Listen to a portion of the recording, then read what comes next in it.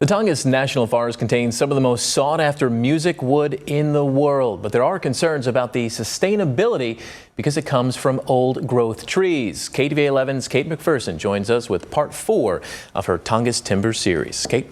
Well, James, the wood from old-growth Sitka spruce trees are very much sought after by musical instrument makers across the world because of the high-quality sound it produces. Now, one business in the Tongass National Forest sells the soundboards to 60 countries, but the future is not guaranteed.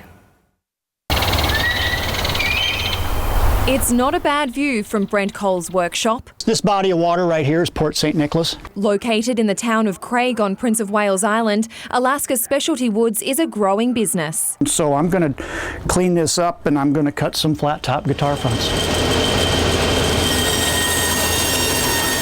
Cole cut his first Sitka spruce tree to make soundboards in 1994. Some of the most renowned manufacturers and craftsmen buy these soundboards, also referred to as tone wood, to make musical instruments. These are all for flat top guitars, and those will pattern using this joining edge here like this, and they'll pattern on there like that. Most of Cole's wood is salvaged from trees that have fallen or from small timber sales. And how consistent the texture and color is all the way across. Salvage wood isn't perfect. Mollusks have buried into some of Cole's logs that were stored in water, so he cuts around the holes. The holes are outside of the pattern, then they're good. Yeah. Now if they were down there, then it wouldn't be.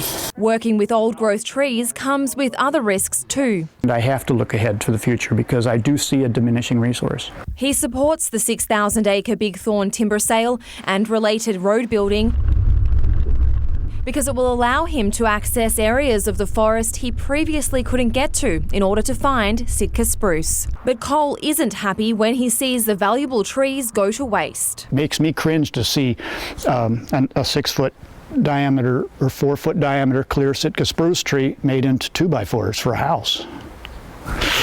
Cole also questions the value of shipping whole logs to Asia. The Forest Service allows half of the trees cut in a timber sale to be sold and sent overseas. Some small businesses and conservationists argue that the full value is never realised. The latest story I heard was South Korea, where they're turned into pallets and then they're shipped back here with a flat screen TV on them, and then the pallets are burned and no one gets anything from that. It's a loss to us. The Southeast Alaska Conservation Council is the lead plaintiff in the Big Thorn timber sale lawsuit and says shipping whole logs overseas is one of its main concerns.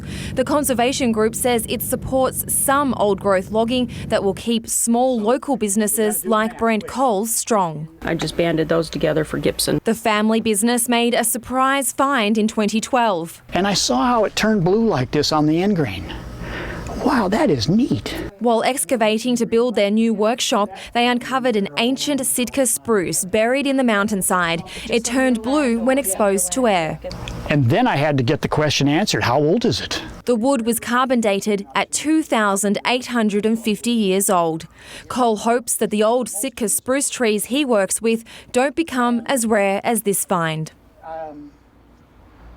And the Forest Service says some research is being conducted to determine if young growth trees can be used for music wood and produce the same type of quality. And James, tomorrow night in our final part of Tongass Timber series, we're going to look at some of the waste that's left over in the forest after logging. There are so many logs left over, and some of the locals want to turn that into energy by installing a pellet mill. So that's our last series. This has been some interesting stuff all week, and I will never look at Gibson guitars the same again. Thank you, Kate.